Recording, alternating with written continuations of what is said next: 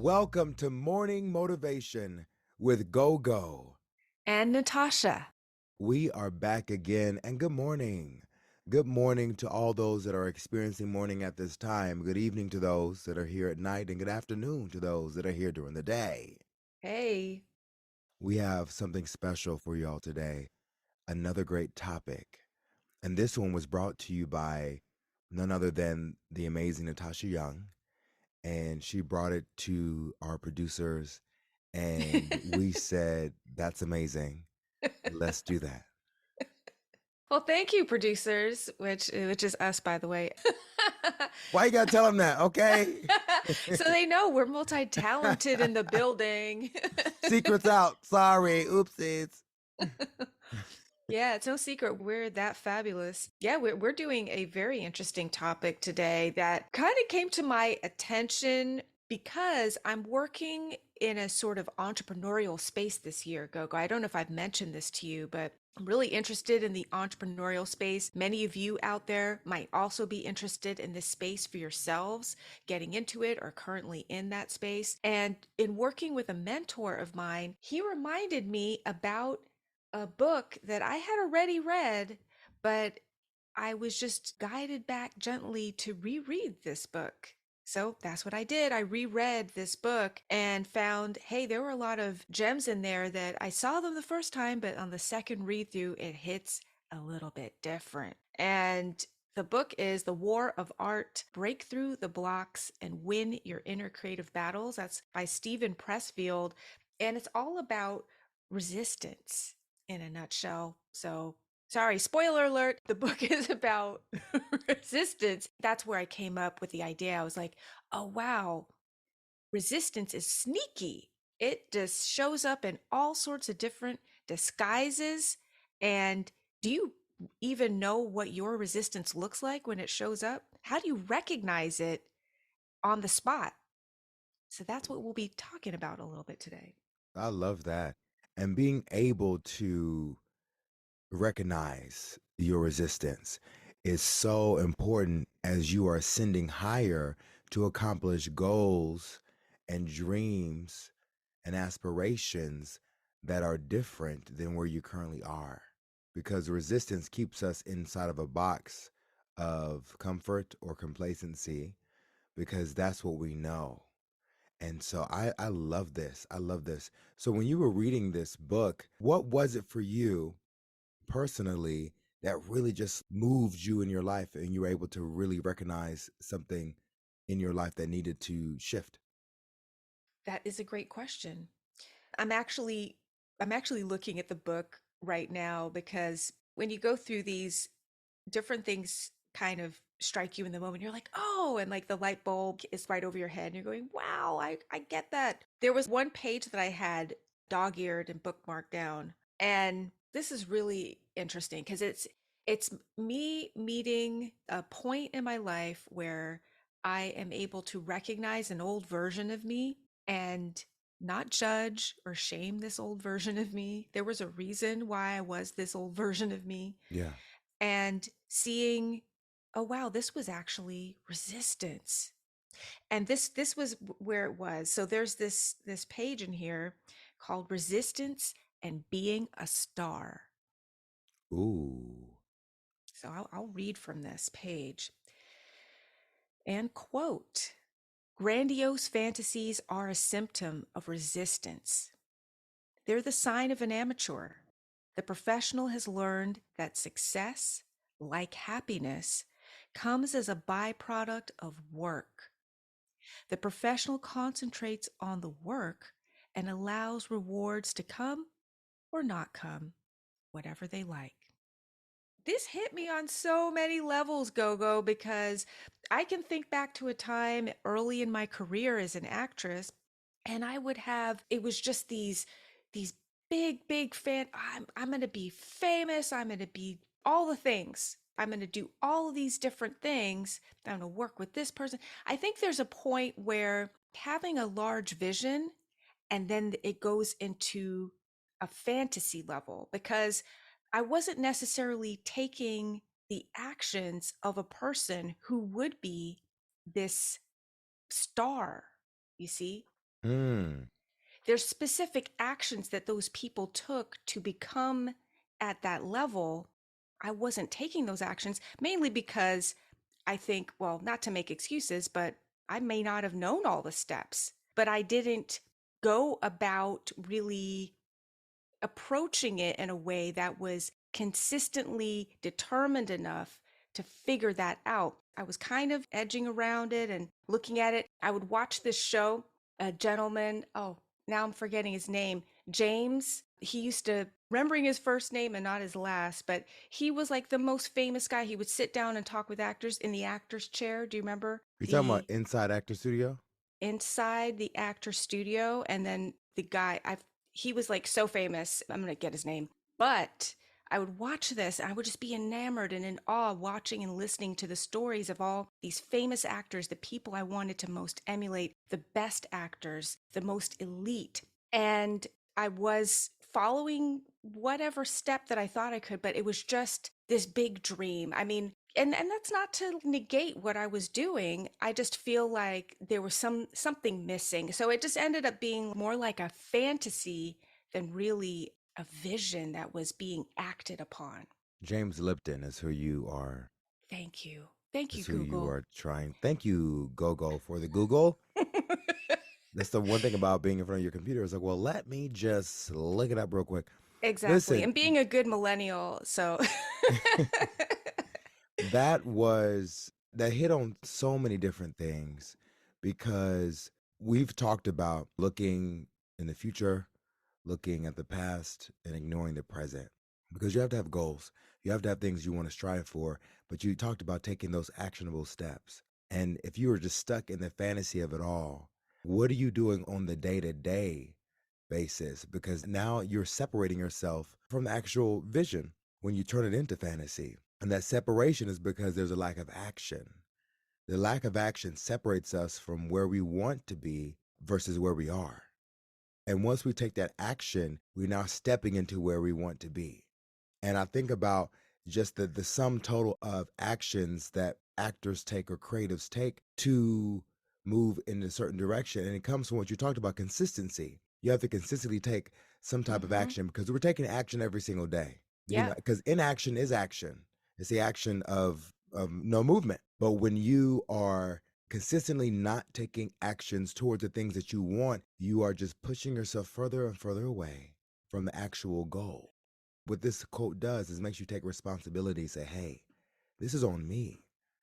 There is no deus ex machina that's about to come and save me and take me from point A to point success. Right, right. And here's the thing, and not to be hard on my younger self. She was taking a lot of actions, but they weren't necessarily the correct actions for the goal that I thought I wanted to achieve at that time. This big fantasy of being these successful actors. I was taking steps. I was taking the steps that I understood, but it just sometimes you don't have all the information. If you don't have all the information, how are you going to get the information you need? And is that a form of resistance too? Being able to identify something you don't know, and I think we talked about it in our past show, having mentorship because there's a lot of stuff that we don't know and we can seek it out through the knowledge of a book or the knowledge of a person or the knowledge of society. Yeah, your younger self didn't have all the answers.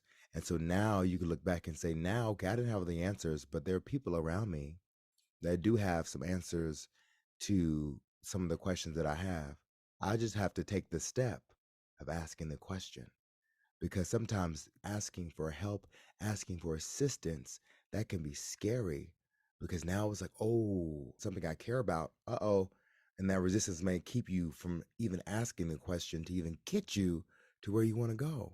So true. So true. I love that. Yeah, it's really interesting. And the thing is, I felt like I was doing a lot. I definitely was taking classes, I was reading books, I was watching these shows, I was imagining that I was in this place of being in my career that I wanted to. I worked with an acting coach privately. I was taking a lot of steps, but to become like those famous actors and the best in the field, it just it just needed to move out of this sort of, there was like some sort of, I want to say there's a point where it's like, you know, you hear the story, oh, I was discovered walking down the street sipping on a ice cream sundae, whatever it was. And these stories sort of still permeated in my mind that it was just going to happen. It was just going to, like, I would do these classes and I would do the things, and then suddenly someone would discover, quote unquote, discover me doing the thing, whatever it was. And there was just a jumble of ideas was the problem. There was a jumble of ideas. There wasn't a clarity in the sort of the approach. So I was doing some work on one hand and I was finding mentorship, but it just, something wasn't, it just wasn't connecting. When it finally hit, wow, this is not happening the way I thought it would happen, or whatever it was. I was willing to put in the work, but I wasn't seeing the result in the way that I thought it would look like. Then the bubble burst. Oh wow, it's actually, this is where the value is in taking the step in the process of where you're going, really enjoying the process of acting. It's a completely different career than what you might understand from the onset. Especially, I didn't come from a family that was in the creative fields at all. So it was all completely a brand new concept to me to work as a creative. But is any of that sort of making sense? Is like you get to a point where the bubble bursts and you're like, oh, wow, this is different than I thought it would be. And am I willing to take, am I still on board with this dream, this big fantasy? Absolutely. I know that for me, having that flash in the pan moment, having that big win in the beginning of my career when I first, well, right when I graduated college, getting cast in my first movie, the same month I graduated, I had all this energy, momentum to this moment because I was working towards this goal of becoming SAG eligible. So I remember when it happened, as I look back on it now, I did not have another concrete goal as to what was next. I honestly thought that, okay, I did this, I did this one scene in this movie that was in theaters for 5 minutes, and now I'm gonna be famous. I had that delusions of grandeur in that moment of thinking that, okay, this is, I've done it. All right, now I've done it. Now I'm gonna be famous, and now, oh, okay, we're good. And that wasn't the case at all. Yeah, I shot that movie, went back to my hometown, and started, auditioning again. And I think having such a strong goal is what kept me focused because I had something to work towards. And so then at that point, I had to then set different goals. And I think one of the goals was at the time booking a national commercial. And I was so far from that mentally that it was fantasy of like me actually looking at what that looks like. Cause now that didn't happen until like 10 years later. And that might have happened a little sooner if I had done some other things differently and really focus on, let me take this commercial class. There are things now I know that I can do to kind of push the needle forward. At the time, it was more so the opportunity is going to come and then I'm going to audition for it and then I'm going to book it, which those opportunities did come, but I just didn't book it. And that's a part of the process. Every time you don't necessarily book a job, then at that point, I do have to then reevaluate, reassess, and readjust. Recognize the resistance to me booking work, which at that time Mm. was a fear of success.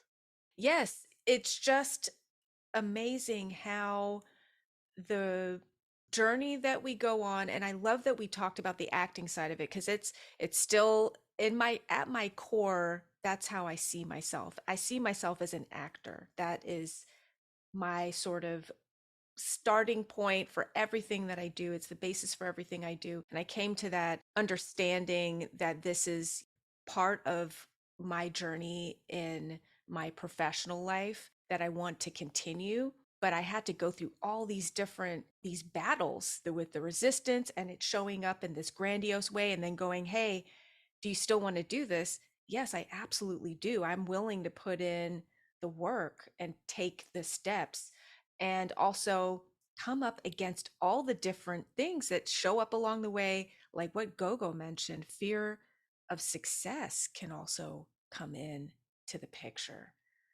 So powerful. And what does that feel like, that fear of success, when that shows up?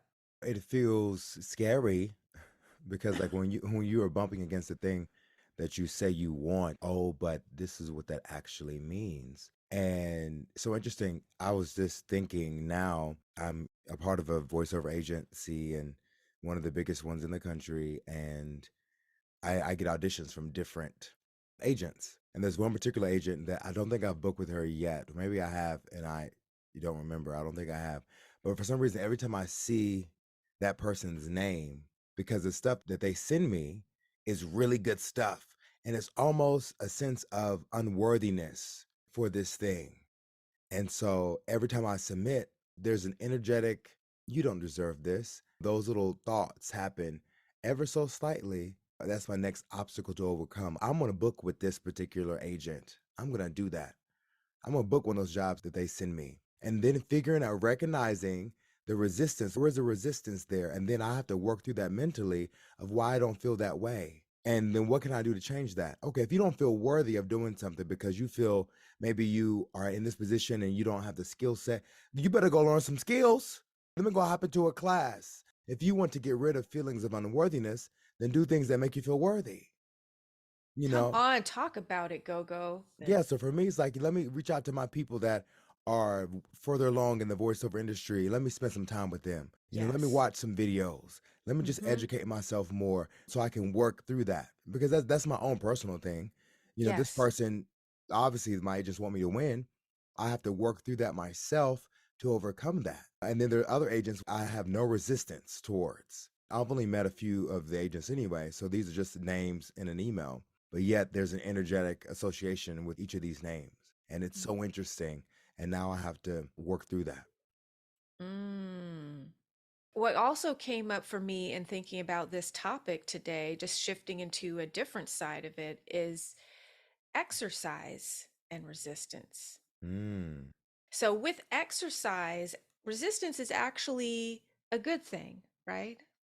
Because when we're strengthening our muscles, building just more strength, we need a certain amount of resistance present in order to grow in our sort of ability to sustain that pressure. Whether we're doing a push up or pull up or whatever that is, lifting some weights, that resistance builds our strength, it builds our stamina and our ability to sustain physical activity. So, when I'm thinking about all the ways that we talk about resistance in our lives that shows up and in our careers, and we're thinking about it as something that's maybe bad or negative, it could actually, if we flip the other side of that and flip it onto the reverse coin side of that, it could be actually an indicator that, hey, this is the area that you are building strength. And when you face me,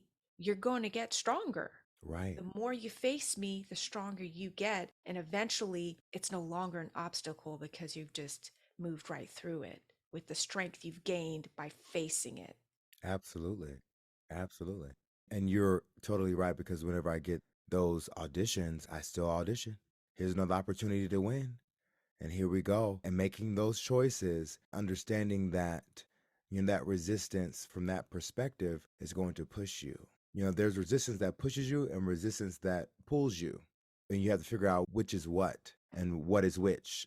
Which is what and what is which. Okay. My English professor would have a ball today. So really figuring that out. And a lot of that is trial and error, especially if Yes. it's new territory. Because once you've achieved something and you're in a different space, you don't know that space. You're new to the space.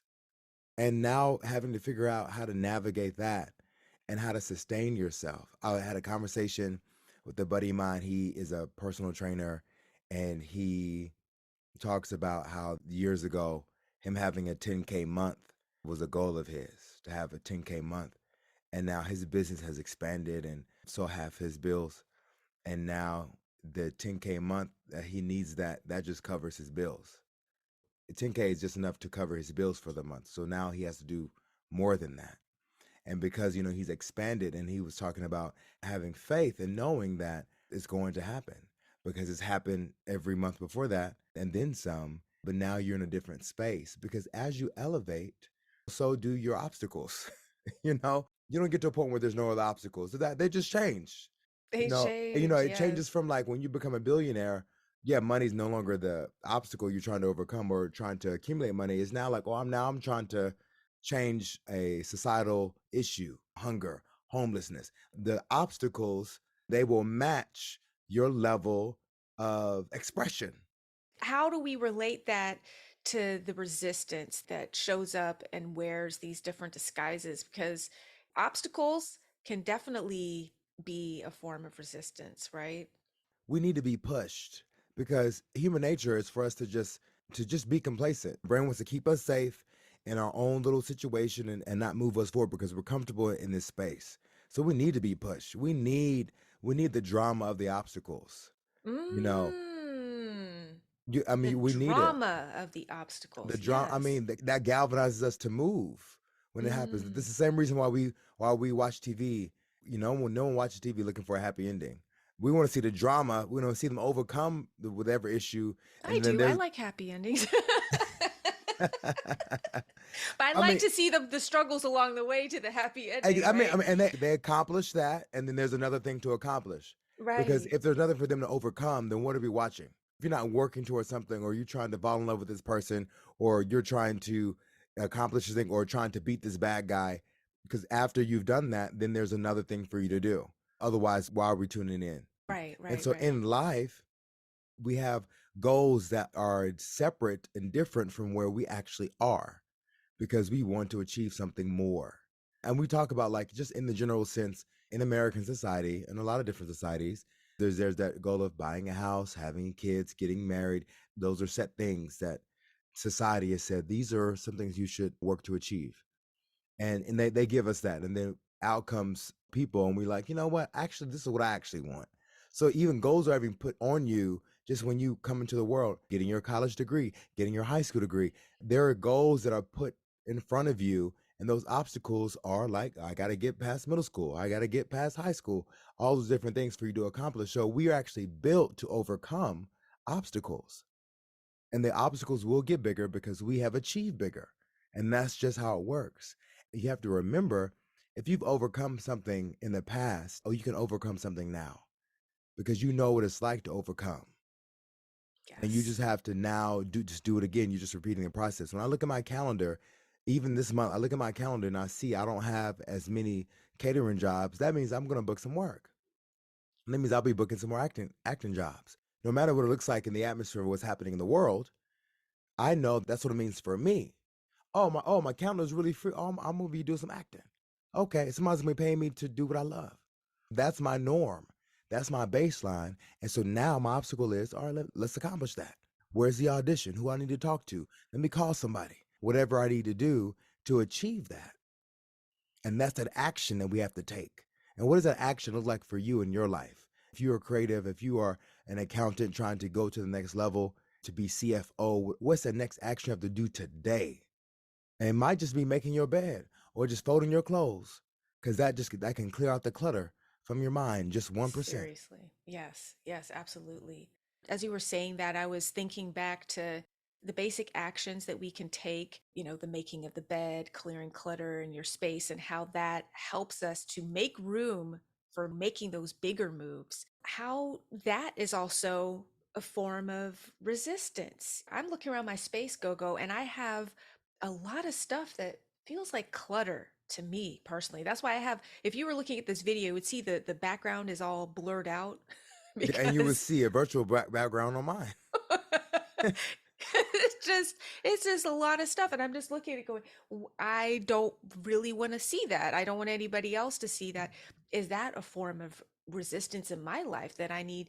So I've been trying to tackle the areas of my life that need decluttering, like shredding documents one bag at a time, and that has actually come to a standstill, and it's just sitting, in a pile, and I'm looking at it. So there's all kinds of ways that resistance, it's showing up and showing you things, and sometimes we can become so used to seeing it around us or being in a habitual state of this resistance that we don't realize it's a problem or an issue until somebody else notes it or helps us to see that, oh, this is what's going on.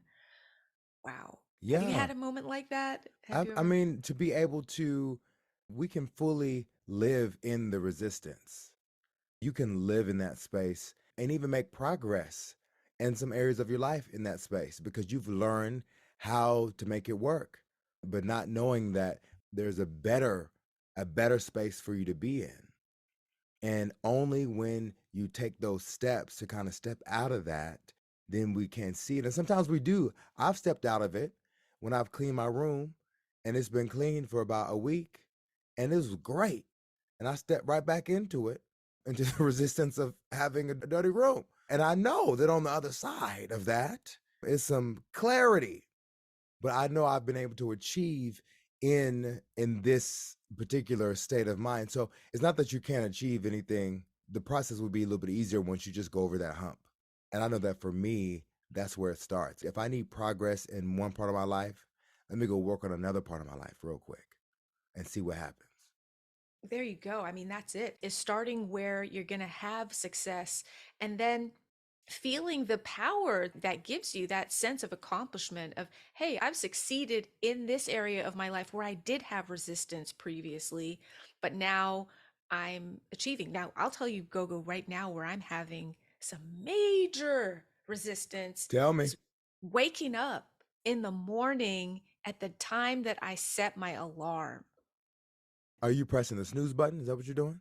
I can tell you there are so many tricks that I have gotten up to. This is a years long process that's been going on, and it's gotten into a battle of the wits. Like we're going toe to toe. Me and my resistance, we're like toe to toe. She's very smart and I'm kind of smart, but she's smarter. She outsmarts me and outwits me. Today, for example, my phone had the alarm on and I put my phone all the way in the other room so I couldn't hear the alarm.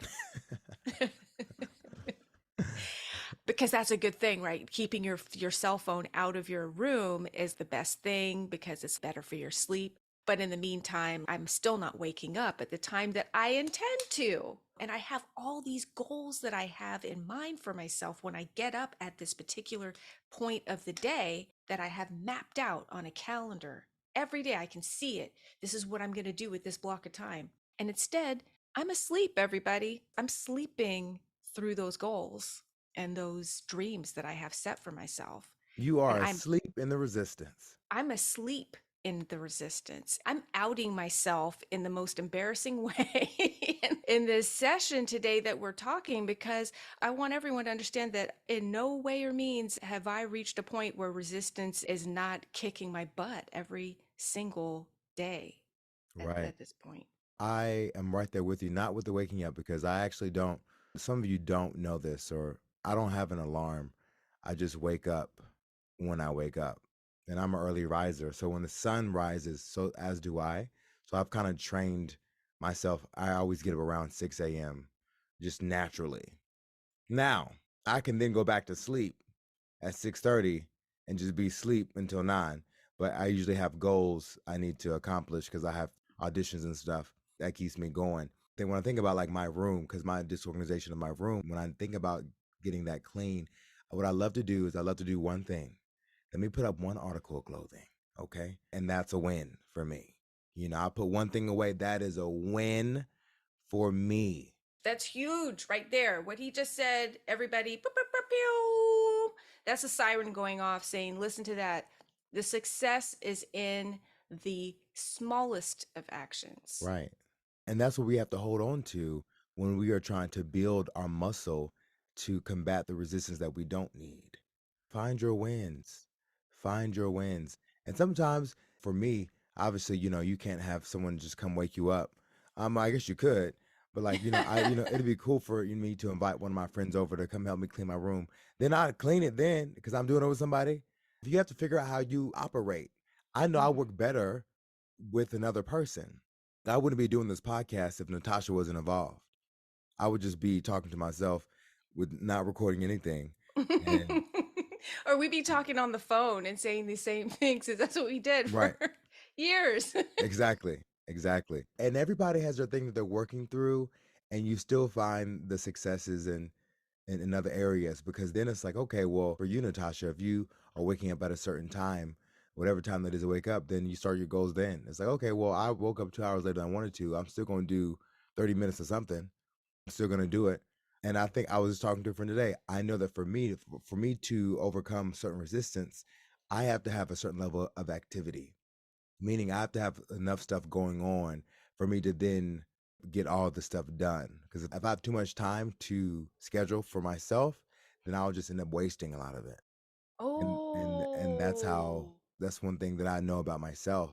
So I'll schedule some stuff. If I schedule to go play tennis, then that means I'll do my work beforehand and it'll get done. oh, that's great. That's great. That's a great way to work through that. Yes, because it's an accountability almost, right? To an outside commitment. It's outside of just what you're doing. And so you have to get whatever it is done. I love that. Yeah, so figuring out those different little tools and tricks to help you along the way is, I mean, really is a game changer. I'm grateful for that. And I'm grateful to know that even though the stuff that I have resistance towards, that I can still find a way to win anyway. And I do know that once I do overcome that, I'll be winning even bigger. Oh, come on. You know, when you were talking about those wins, it made me think of because I literally I pulled a book off my shelf last night and flipped open to a page, just said whatever page it lands on, that's what I'm going to read. And it opened up to a section on success. And what you've just touched upon, Gogo, is very interesting because this affirmation that came in, a success affirmation that was mentioned called You Can Heal Your Life. I have a lot of books by Louise Hay. And she lists off these success affirmations. And what you are in is an awareness of success. And one of her positive affirmations was I establish a new awareness of success. The next one was I move into the winning circle. Now, what I love about what Gogo mentioned here is that he is in a state of success awareness. He's aware that when he puts up that article of clothing into his closet, puts it away in his drawer, folds it up, and he succeeds in doing that, he is in a place of awareness that he will be a success. And what's interesting is that I'm starting to be aware of the mindset that I have been in and this is why I'm going to be actually working with some of these affirmations for myself because I would look at that and think, "Oh, I haven't done enough." And so it's automatically in a failure mindset Mm, of, "Oh, that's not enough. I should have done more." Allowing yourself to really live in that place where whatever you set as your doable, achievable goal, it's really the smallest next step, and really allow yourself to enjoy that success fully. That is something I am just so in awe of, Gogo. It's really a monumental encouragement to me that this is what I should be, what I can be living in and enjoying.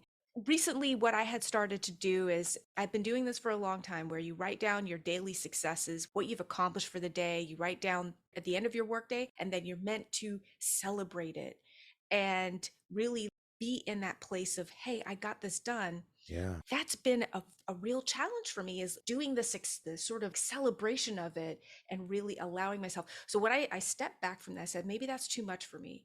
Maybe when I get done with this one activity that may be like a task for that day that I wanted to get done, I'm going to give myself a pat on the back. I mean, really like physically take my hand, pat myself on the back, do a little like sort of victory arms in a like a V, stand up and just punch my arms and just say, "Hey, that was great." And that's enough. I don't need to like have a whole section of time where I'm celebrating and celebrating. It's just like finding what is your comfort zone in celebrating your success and acknowledging it. It's different for everybody, right? Right. Not everybody's in the same place with that. So thank you for sharing about where you're at because that's like goals for me. That's goals. Well, I'm glad I could share it, and you're just reminding me of one of my mantras that I live by, and I actually haven't said it in a long time, and I should say it more, is my life is a win-win situation. And when you approach it to that way, you're then saying, well, which way do I want to win? And if you have that as your constant, and whatever variable you put in there, your mind will tell you how this situation is a win. Apply it to anything. And you can apply it to some stuff that doesn't look like a win on paper, and then you will realize, okay, it is a win, because we see things as negative and positive, not necessarily on another spiritual plane. Things are necessarily, it's not negative or positive, it's just what you're focusing on. Your life is what you focus on. But when you say my life is a win-win situation, you're already starting it with a win. Even though my room is not clean, I'm still winning. Even though I'm not the weight I want to be, I'm still winning. Even though I didn't exercise like I wanted to exercise, I'm still winning. Even though I didn't book that audition, I'm still winning. And so therefore, when those things shift, when you do work out, now the wins have increased. Okay. When you do clean up a portion, the wins have increased, because you're already winning. Because I like to say, if you're breathing, you're having an amazing day. Period. You got breath? You have an amazing day. Done. Period. Your day has now started off as amazing, because that is your constant. I just want to jump up and down and holler. Like that is so so cool, and thank you for sharing that affirmation that you say to yourself. Say it again one more My time for me. life is a win-win situation. My life is a win-win situation. I think that's a bumper sticker from our show to you. I love it. I love it. And it makes sense because I've witnessed this operating in your life over many years. And I couldn't figure out, like, how does Gogo do it? How does Gogo stay in this elevated space all the time? I mean, this is not just for a show. I want you to understand that this is how we are living. And this is how Gogo is off radio or whatever medium this is, right? Off this podcast, on the podcast, he is winning. And it's just wonderful to know, okay, it's that simple in the sort of the thought process. My life is a win-win situation because I'm breathing today. Come on. Right. It shifts everything, because what is it to breathe? Okay. And you have to then realize, and doing comparative analysis of your life versus others is sometimes not the most productive thing to do. But when you look at knowing that there are people that are no longer on this earth for X, Y, and Z, their time here on this plane is done. Yours is not. So that means you do have an opportunity to increase what it is that you're doing. Knowing that that opportunity is a win is such a blessing. And it's like, okay, Yes. cool. I can still go. I can still go for it. Yes, yes. And you can still go for it too. You're listening today to Gogo and Natasha talking about resistance, recognizing it, seeing what it is in your life, the disguises it wears, and how it plays out, and how you can face those obstacles. So I feel like we ran the whole gamut today, Gogo. This has been the whole tour of resistance. Listen, we have toured up and down, in and around, and we are so happy that you guys have been on this journey with us. And once again, thank you so much for listening to Morning Motivation with Go, go. and Natasha.